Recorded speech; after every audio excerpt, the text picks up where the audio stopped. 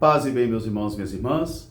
Estamos na segunda-feira da 28ª semana do Tempo Comum, dia 13 de outubro.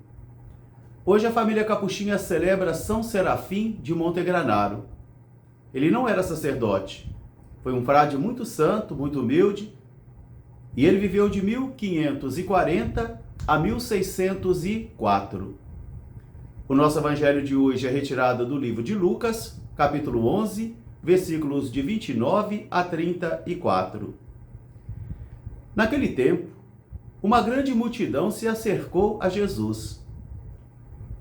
E ele, contemplando aquela multidão, começou a dizer-lhes: esta geração é uma geração má e perversa. Ela pede sinais, mas nenhum sinal lhe será dado a não ser o sinal do profeta Jonas. Porque Jonas foi um sinal para os ninivitas. E assim o Filho do Homem será um sinal para esta geração. No dia do juízo, a rainha do sul se levantará e julgará esta geração má, porque ela veio de lugares distantes para ouvir os ensinamentos de Salomão. E aqui está quem é maior do que Salomão. No dia do juízo, os homens de Nínive se levantarão e julgarão os homens desta geração.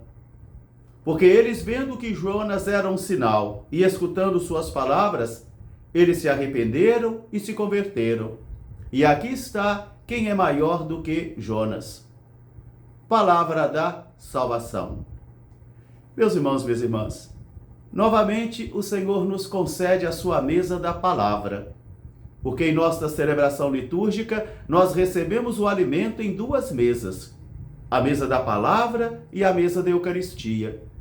De modo que se vocês colocassem essas duas mesas numa balança, haveria um equilíbrio entre elas, porque elas têm a mesma importância e o mesmo peso.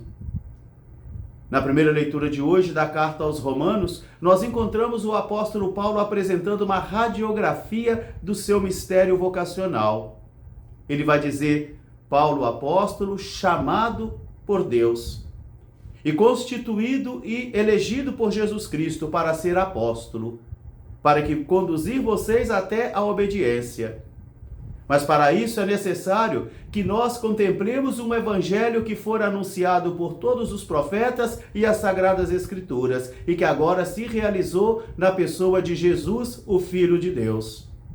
Porque enquanto homem, ele é da descendência de Davi, mas enquanto Espírito santificador, ele é a plenitude do poder e da misericórdia de Deus. Ele é o Filho amado de Deus, o Filho unigênito. E esse é o mistério que Paulo descobre, que Paulo faz a experiência da sua vida e que ele quer comunicar. Esta experiência desse ressuscitado na vida de Paulo impactou muito a vida dele, a tal modo que a frase central de toda a sua existência será: Jesus Cristo me amou e se entregou por mim. E por causa desta revelação, por causa desse mistério, ele será capaz de dizer: evangelizar para mim não é um luxo, não é um favor que eu faço a Deus, mas é algo que me foi imposto. É algo que me foi imposto. Ai de mim se eu não evangelizar. Esta é a experiência profunda de fé e a experiência profunda de um homem que atinge a maturidade da sua fé. Porque tanto a mim, meus irmãos, quanto a vocês, nós somos convocados a atingirmos a maturidade da fé, a atingirmos a perfeição daquele que é o Senhor Jesus.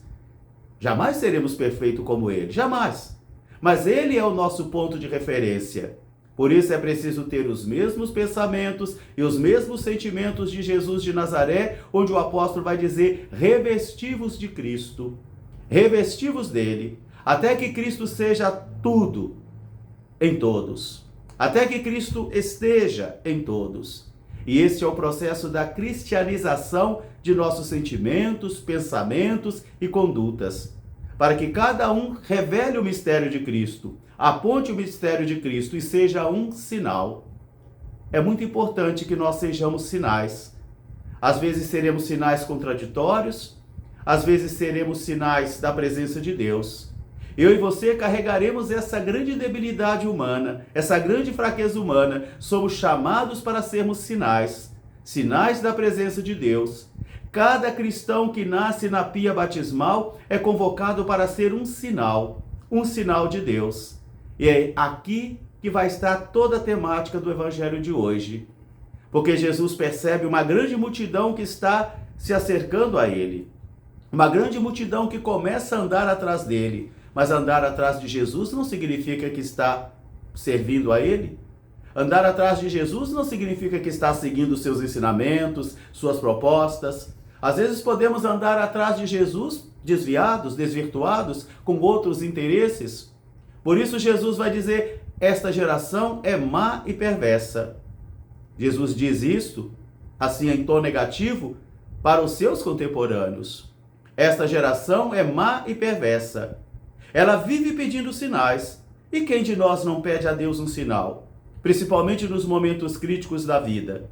Principalmente quando passamos pelos sofrimentos. Nós também exigimos de Deus um sinal para crer nele. Faça isso e eu crerei. Realize isto e eu crerei. E Jesus vai dizer, esta geração é uma geração má. Porque num evangelho de anteontem alguém pedia, façam sinal maiores para que a gente possa crer. Porque nós gostamos de um showman. Nós gostamos dos espetáculos. Nós gostamos das coisas grandiosas, maravilhosas, espetaculares. E o Senhor não nos oferece isso. O Senhor se manifesta na sensibilidade e também na humildade. Por isso Jesus vai dizer, esta geração pede um sinal. Mas nenhum sinal lhe será dado a não ser o sinal de Jonas. Porque Jonas fora um sinal para os ninivitas. Jonas foi um enviado de Deus para os ninivitas e os ninivitas depois ouviram a palavra de Jonas, porque Jonas fora um sinal. Jonas não foi um mero pregador de praça pública. Jonas não foi um mero evangélico, um católico que prega, mas a vida vai para um lado e a pregação vai para outro. Não, diz Jesus. Jonas foi um sinal. E os ninivitas foram capazes de ver esse sinal, de enxergar esse sinal e se converteram. Porque como consumidores de milagres, às vezes nós exigimos tantos milagres do Senhor, mas não convertemos a nossa vida. Não queremos converter a nossa vida que está desviada.